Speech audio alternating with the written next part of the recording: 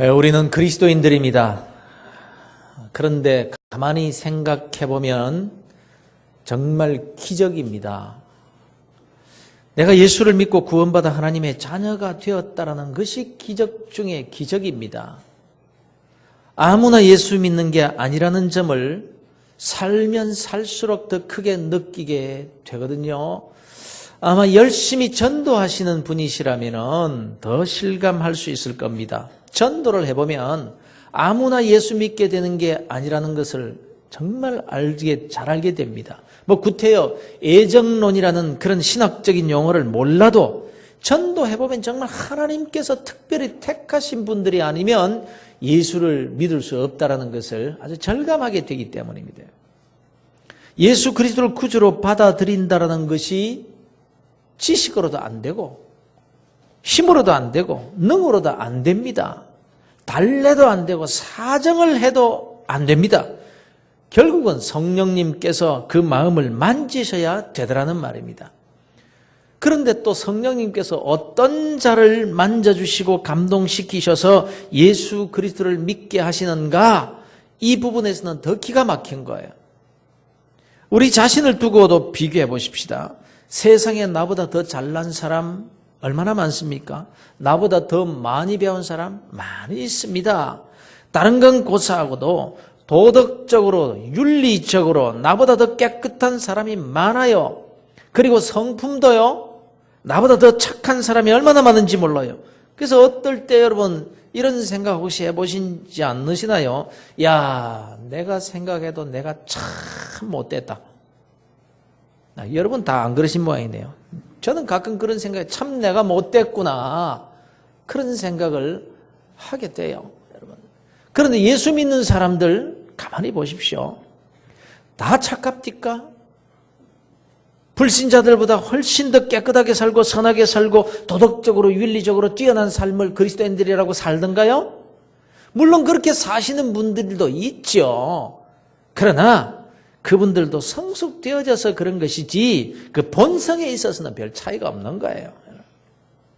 그래서 우리 그리스도인들이 세상의 그 많은 사람들 가운데 택함을 받고 예수를 믿어서 하나님의 자녀가 된 것, 그리고 영원한 죽음의 나라 지옥불에 던져야 될 인생이면서도 영원한 생명의 나라 하나님의 나라 기쁨과 영광의 나라에 들어갈 천국 백성이 되었다라는 것이 기적 중에 기적이 아닐 수가 없다라는 거예요. 그런데 왜 하필이면 내가 하나님의 택함을 받았을까요? 어디가 무엇이 그렇게 예쁘고 좋으셔서 나를 택해 주셨을까요? 이것을 우리는 표현할 방법이 없어서 그저 은혜다 이렇게 말하고 있을 뿐인 것입니다. 어쨌건 우리는 하나님의 은혜로 택함을 받았고 예수를 믿어서 하나님의 자녀가 되었습니다. 그러니 그저 감사하면서 하나님의 자녀답게 사는 일만 남은 거예요. 그러면 그리스도인들이 어떻게 살아야 한다고 하시느냐? 오직 너희를 부르신 거룩한 이처럼 너희도 모든 행실에 거룩한 자가 되라, 이렇게 말씀하신다는 거예요. 너희를 부르신 거룩한 분처럼, 예수님처럼, 이 말입니다. 예수님처럼 하나님처럼 모든 행실에 거룩한 자가 되라, 이러신다라는 거예요. 그래서 16절에서 내가 거룩하니 너희도 거룩하라, 이렇게 말씀하십니다. 내가 거룩하니 너희도 나처럼 거룩하라, 하나님처럼 예수님처럼 거룩하라, 이 말씀인데 이게 가능한 일입니까? 우리가 신앙의 성장 단계에 대해서 말씀드리면서 이제 그 네 번째 단계에 이르렀습니다. 이것이 또한 마지막 단계라고 할 수가 있습니다. 가장 먼저 태어나는 것, born again, 거듭나는 것이 먼저 있어야 자랄 수가 있다고 했습니다. 예수를 구주로 영접하는 단계입니다. 하나님의 아들 예수 그리스도께서 사람의 몸으로 이 땅에 오셔서 내가 가진 죄, 내가 지은 죄값으로 내가 죽어야 할 형벌을 주님께서 십자가에서 다 이루셨다는 그것을 믿고 예수 그리스도를 구주로 영접하기만 하면 지은 죄가 무엇이든지 간에 깨끗하게 씻음을 받고 하나님의 신분으로 다시 태어난다. 예수 믿는 것, 이것입니다. 여기에 계신 여러분들은 다 예수를 믿어서 구원받은 하나님의 자녀로 이 자리에 나와 앉아 계신 줄로 믿습니다. 그런데 이제 태어난 상태로 머물러 있으면 안 되죠. 태어났으면 자라야 합니다. 그래서 이 성장을 위해서, 성장하기 위해서 첫 번째 단계가 구원의 확신이라고 했습니다. 누가 뭐라고 해도 나는 구원받았다. 내 행실 때문이 아니고 내가 경건하게 살아서가 아니라 예수 그리스도의 십자가와 그 피 때문에 그걸 믿음으로 내가 구원을 받았다. 그래서 나는 예수를 믿기 때문에 거꾸로 매달려 있어도 천당 갈 수 있다. 이 구원의 확신이 있을 때에 그 다음 단계로 성장해 갈 수가 있다는 것입니다. 그리고 두 번째 성장 단계가 몸이 자라야 되고 지식이 자라야 된다고 했습니다. 그리고 세 번째 단계가 사역의 단계, 그러니까 즉 일꾼으로 성장하는 단계라고 했습니다. 오늘날 교회 안에 이 세 번째 단계까지 자란 사람도 그렇게 많지 않습니다. 어떤 면에서는 다 일꾼이라고 할 수 있겠습니다만 정말 일꾼다운 일꾼, 그런 일꾼은요 평균 그 교회 교인의 20% 정도가 일꾼이라고 할 수 있다. 이렇게 통계적으로 나와 있대요. 그러니 교회에 일꾼으로만 성장해 있어도요, 그거 대단한 거죠. 아주 참 귀한 성장이라고 할 수 있는 것입니다. 그러나 우리 교회는 20%가 아니라 80%, 90% 모두가 다 정말 신실한 일꾼으로 성장되어지기를 주의 이름으로 축원합니다. 그러면 여러분은 지금 현재 나는 어느 단계까지 성장해 있다고 생각하십니까?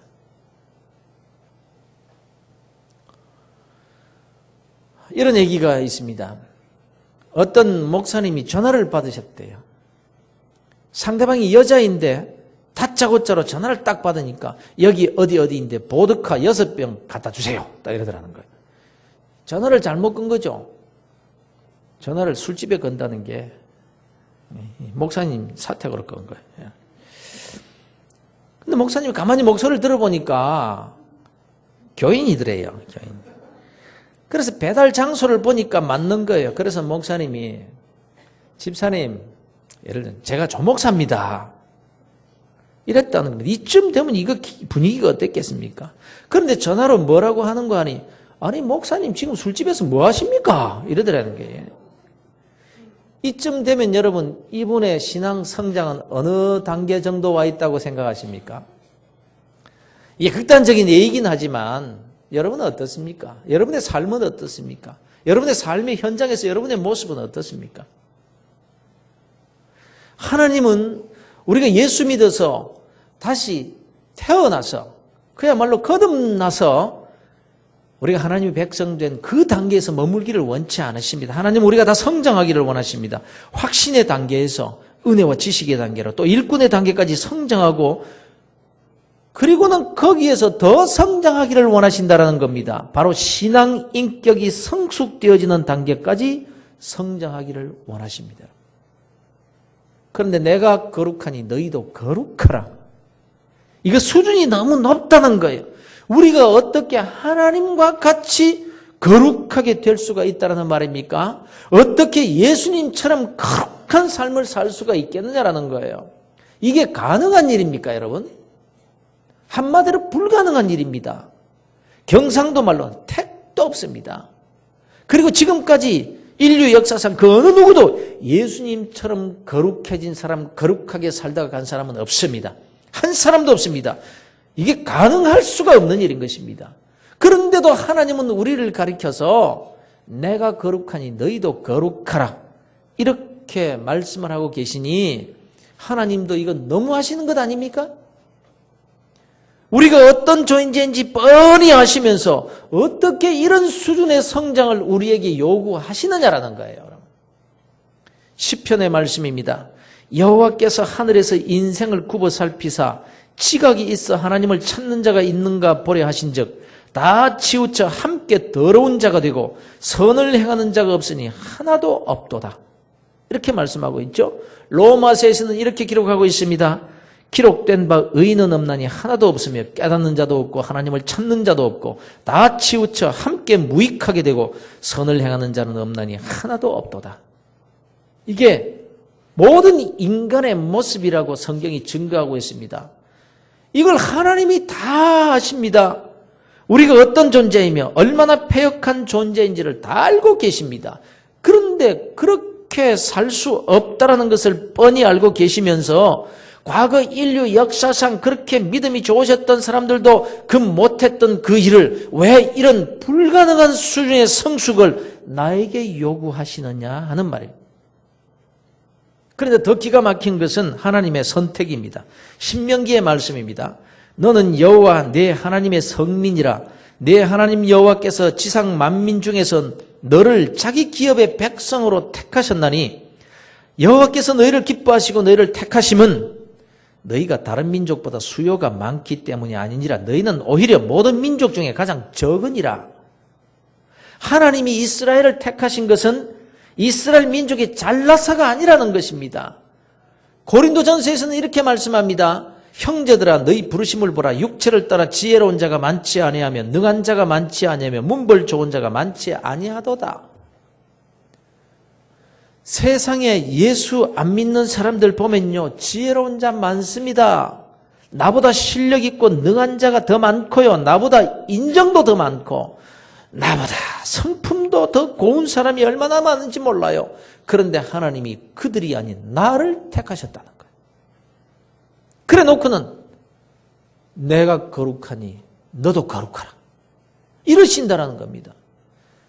그런데 정말 이런 거룩한 삶을 하나님께서 나에게 원하신다면 아예 택하실 때 성품이 좋고 좀 가능성이 있는 자를 택하시지 왜 그 가운데서도 가능성이 더 적은 자를 택해 놓으시고는 이런 요구를 하시느냐라는 거예요. 사랑하는 성도 여러분, 사실 여기에 하나님의 은혜가 있는 겁니다. 여기에 하나님의 사랑이 있다는 것입니다, 여러분. 나가던 자 택해 놓으시고는 내가 거룩하니 너도 거룩하게 살아야 하느니라 이렇게 말씀하시는데 이 말씀이 굉장히 부담스러운 말씀 같지만 실상은 얼마나 은혜로운 말씀인지 모른다는 거예요. 세상에 착한 사람 많습니다. 성품이 고운 자들도 많습니다. 그런데 하나님께서 그들에게 내가 거룩하니 너도 거룩하게 살아라 이렇게 말씀하시지 않는다는 거예요.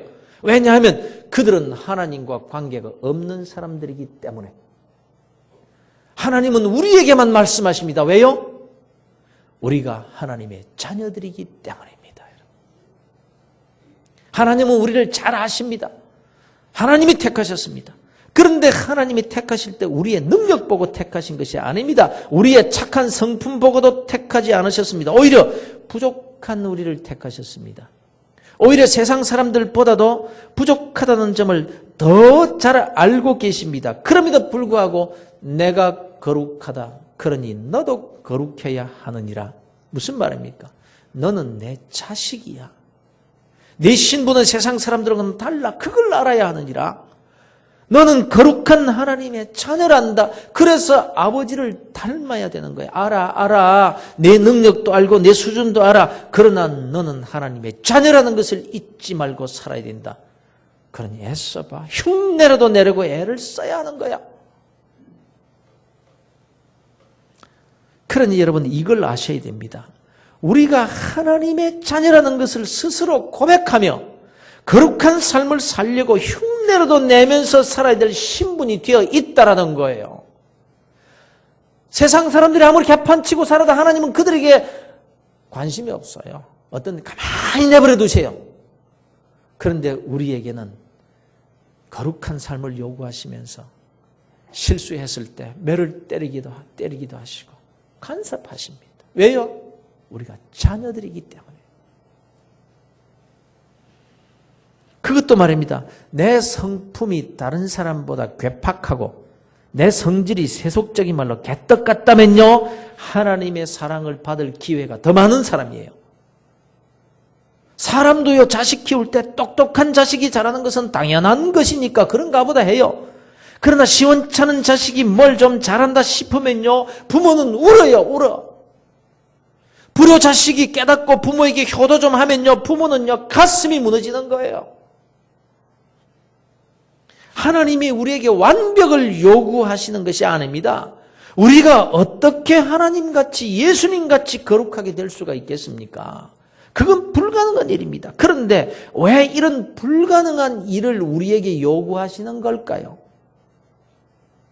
그렇게 살지 못하면 벌 주시려고요? 올무를 걸어서 쫓아내시고 지옥 보내시려고요? 그러시려고 하셨다면 택하지도 않으셨을 것이고 우리가 예수 믿도록 은혜를 베풀어 주시지도 않으셨을 것입니다.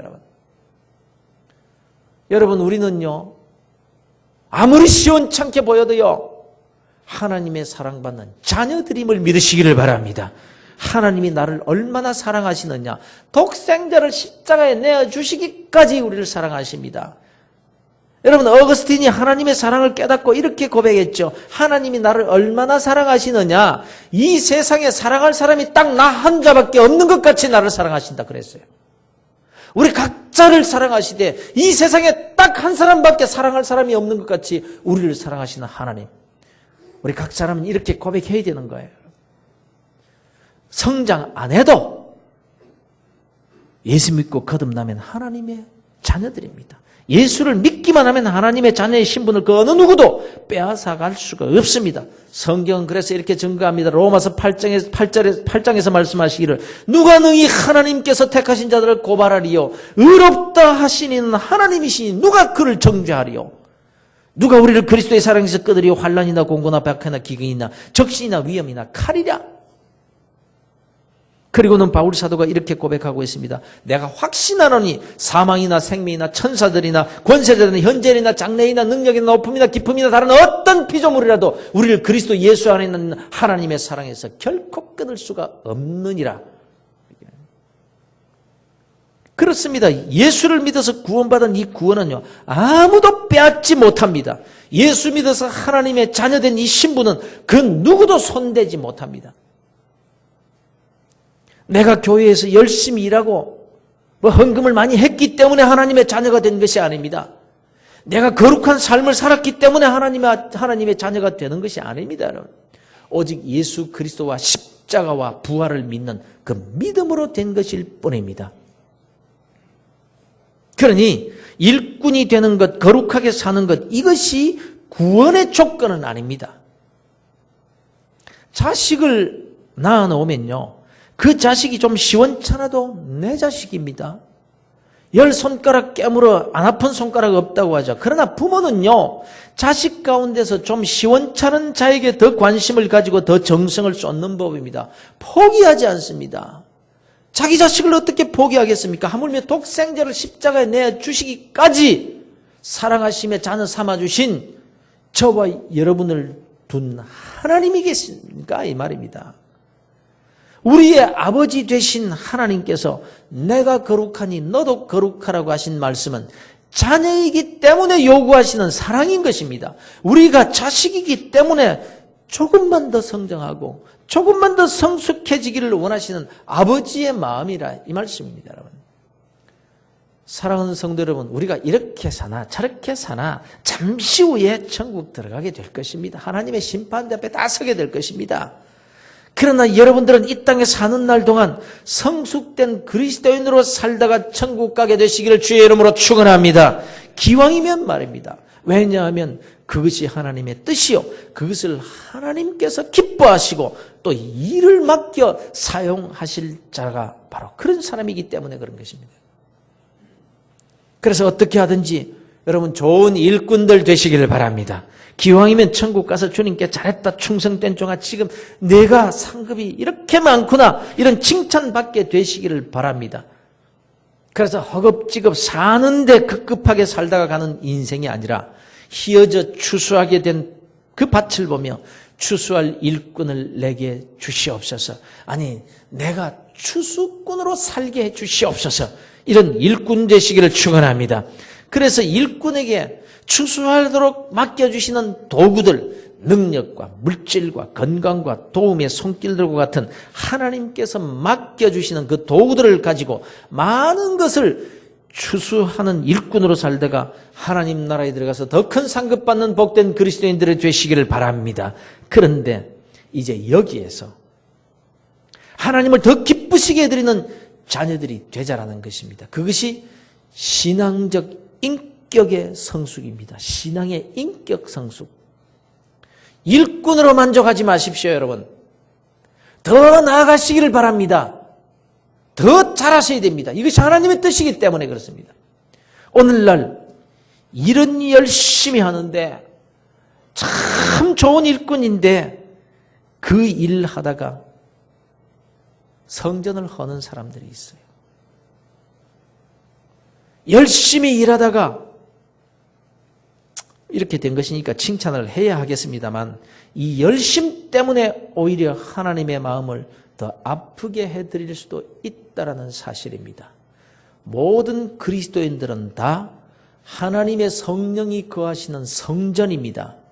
그래서 남에게 상처를 주는 것은요, 성전을 허는 일이 되는 거예요. 그래서 열심히 일하다가 성전을 무너뜨릴 수 있다는 것입니다. 일 잘하는 그 열심 때문에 다른 사람에게 상처를 준다면, 그 일이 성전을 허는 일이 된다면 이거 어떻게 되는 겁니까? 정말 열심히 일은 잘하는데 너무나 귀한 일꾼인데 잘 부딪히고 그에게 상처를 받는 사람이 여기저기서 많다면 무엇이 문제일까요? 좋은 일꾼에서 이제 그 신앙 인격이 자라야 된다는 거예요. 여기에 이르지 못하면 좋은 일꾼이 오히려 성전을 허물고 하나님의 마음을 더 아프게 만들 수 있다는 것을 여러분 기억하셔야 됩니다. 여러분 이 점을 너무 어렵게 생각하지 마시길 바랍니다. 왜냐하면 하나님이 우리의 수준을 다 아시기 때문입니다. 그럼에도 불구하고 내가 거룩하니 너도 거룩하라. 이렇게 말씀하시는 것은 내가 하나님의 자녀라는 것을 한 번 더 생각하라 이 뜻인 거예요. 여러분 거창한 거룩을 생각하지 마십시다. 지금보다 한 번만 더 참으시기를 바랍니다. 한 번만 더 웃어주시기를 바랍니다. 어제보다 오늘 조금만 더 자신을 죽이시기를 바랍니다. 더 낮추시기를 바랍니다. 그러면 하나님께서 박수를 치시면서 기뻐하실 것입니다. 우리의 수준이 내 성품과 성격이 좋지 않으면 않을수록 그럼에도 불구하고 주님 생각에서 말씀에 순종하는 그 믿음으로 내가 하나님의 자녀니까 조금만 더 참자 이런다면요, 그 행동이 보통 다른 사람들에게는 당연한 상식 정도의 일이라고 할지라도 하나님은 그를 통해서 감동을 받으실 것입니다. 그래 고맙다. 내가 용케도 참았구나. 잘 참는 사람 100번 참는 것보다 내가 한 번 참아주는 것이 내게는 더 기쁘고 더 소중하구나. 고맙구나. 고맙다. 이것이 우리를 향하신 하나님의 마음이요 하나님의 사랑이라는 거예요. 가정에서도 마찬가지예요. 예수님 때문에 남편에게, 예수님 때문에 아내에게, 자녀에게, 부모에게 한 번 더 참아줄 수 있다면 그것은 하나님께 드려지는 산재물이 되는 거예요, 여러분. 예수를 믿고 교회를 다니지만 아직 옛 습성을 끊지 못하시는 분들도 계실 겁니다. 그것이 무엇이든지 간에 옛 습성, 과거를 버리지 못하고 끊지 못하시는 분들 계실 거예요. 그것 때문에 구원받지 못하는 것은 아닙니다. 그것 때문에 하나님의 자녀에서 탈락되지는 않습니다. 그러나 내가 하나님의 자녀다. 거룩한 백성이다. 그래서 거룩하게 살아야지. 이것 때문에 끊을 수 있었다면 이것은 하나님을 감동시키고도 남는 거예요. 이것이 힘들면 힘든 일일수록 하나님께는 순교자의 거룩함과 동일하게 드려지는 제물이 되고 제사가 될 수 있다는 것입니다, 여러분. 그러므로 이 신앙 인격의 성장 수준이라는 것은요, 우리가 판단할 수는 없는 겁니다. 흔히 이런 말들을 많이 듣습니다. 아이고 저런 인간이 무슨 교회 다닌다고, 이런 말을 세상 사람들에게 들을 수 있어요.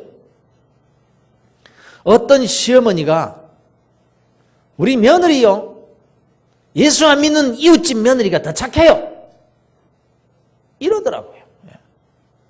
그러나 이걸 알아야 됩니다. 예수 믿으니까 그 정도인 줄 알아야지. 예수 믿으니까 그 정도 된 사람이 있다라는 거예요. 그렇지 않았다면 무슨 일이 일어났을지도 모르는 사람인데 말씀 때문에, 믿음 때문에, 하나님 때문에 참고 또 참으면서 사는 사람이 있는 거예요. 그렇다면요, 하나님께서 이 사람을 얼마나 사랑하실까요? 사람들의 판단과 하나님의 평가는 다른 거예요, 여러분. 어떤 부모가 교회에 찾아와서 난동을 부리는 거예요. 우리 애가 교회 때문에 망하게 뒤에 생겼다고 하면서 막 야단인 거예요. 공부를 곧잘 했는데 이 아이가 교회에 다니고 나서부터 성적이 떨어졌다는 겁니다. 전에는 말도 잘 들었는데 교회 다니고부터 애가 못돼졌다는 거예요. 이럴 때 뭐라고 해야 되겠습니까? 사실을 알아보면요, 그 아이 교회에 나오니까 그만한 거예요. 부모가 볼 때는 곧잘 학교 다녔고 착실한 것 같았지요. 그런데 애가 부모 몰래 갈등하고 고민한다는 것을 전혀 모른 거예요. 이 아이가 부모가 얼마나 자기를 위해 투자를 하고 얼마나 정성을 쏟고 있는지를 알아요. 그런데 부모의 기대를 아는 만큼 애가 더 고민하고 있는 줄은 이 부모가 모르는 거예요. 이 자리에도 그런 분 많아요. 성적은 오르지 않지요. 공부는 안 되지요. 머리는 엉뚱한 생각으로 꽉 차 있습니다. 죽고 싶은 마음밖에 없습니다. 그래서 죽으려고 아파트를 몇 번 꼭대기까지 올라왔다 내려갔다 하나예요. 그러다가 교회에 다니는 친구가 교회 안 가볼래? 그래 가보자. 수련회에 한번 따라갔어요. 은혜를 받았어요. 그래서 열심히 교회를 다니고 있는 중이에요. 그런데 부모가 볼 때 이 아이가 교회에 다니고부터 성적이 떨어졌다고 생각하는 거예요. 교회에 다니면서부터 뭔가 잘못됐다고 생각하는 겁니다. 그러나 교회에 나오고 있으니까 잘못되다 한참 잘못될 수 있었던 그 아이가 그만한 줄을 모르고 있는 거예요. 감사해야 될 줄을 모르는 거예요, 여러분. 우리의 판단은요, 언제나 잘못될 수 있는 거예요. 우리의 신앙 인격의 성숙도도 마찬가지입니다. 객관적인 기준으로 판단할 수가 없는 거예요. 적어도 하나님이 보실 때는 우리와 전혀 다를 수가 있는 것입니다. 내가 거룩하니 너도 거룩하라. 이 요구의 수준이 기계적이 아니라는 것입니다. 하나님은 지금의 내 수준에서 한 걸음 한 걸음만 더 성장하기를 지금도 그렇게 애타게 원하고 기다리고 계신다는 거예요. 갑자기 무슨 천사같이 되라는 게 아닙니다, 여러분. 그렇게 될 수도 없습니다. 그러나 나는 하나님의 자녀다. 내가 예수님과 같은 성품을 갖추고 살지는 못하지만 하나님은 내 인격과 신분을 예수님과 같이 대우해 주고 계신다. 하나님 감사합니다. 이러면서 한 번 더 참고 인내하고 옛습관을 쫓아가는 그 발걸음을 돌이킬 때마다 그 인격이 성숙해지고 하나님께서 그렇게 더 기뻐하신다라는 거예요. 내가 그렇게 살지 않아도 내 신분은 이미 거룩하다. 예수님 수준에서 하나님께서 그렇게 자녀로 삼아 주셨어요. 그래서 내가 거룩하니 너도 거룩하게 살아주지 않겠냐? 이게 하나님의 마음인 거예요. 사랑하는 성도 여러분, 신앙 성장의 마지막 단계는 신앙 인격의 성숙입니다. 우리가 자라야 할 인격의 수준이 하나님의 거룩함의 수준이요, 예수 그리스도의 성품까지 자라야 된다라고 말씀하고 있습니다. 범사에 그에게까지 자랄지라. 그는 머리니 곧 그리스도라. 예수님의 거룩한 성품까지 성장하라는 것입니다. 그러나 그래서 부담스러운 것이 아니라 더 은혜롭고 더 감사한 것이며 신앙 인격의 성숙을 위해 힘쓰고 애쓰는 그런 삶을 살만한 것입니다, 여러분.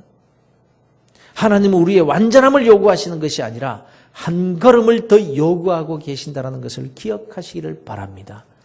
그렇게 성숙해질 때마다 아버지 하나님은 기뻐하시고 더 많은 일을 맡겨주실 것입니다. 예수 믿고 하나님의 자녀로 태어나서 구원의 확신 위에 겸손하게 말씀을 받아 그 신앙 지식이 자라고 추수할 일꾼으로 성장할 뿐만 아니라 더 나아가서 신앙의 인격이 성숙된 일꾼 되셔서 이 시대에 하나님의 쓰임받는 멋진 그리스도인으로 살다가 주님 만나게 되는 그런 복된 그리스도인들이 되시기를 주 예수 그리스도 이름으로 축원합니다.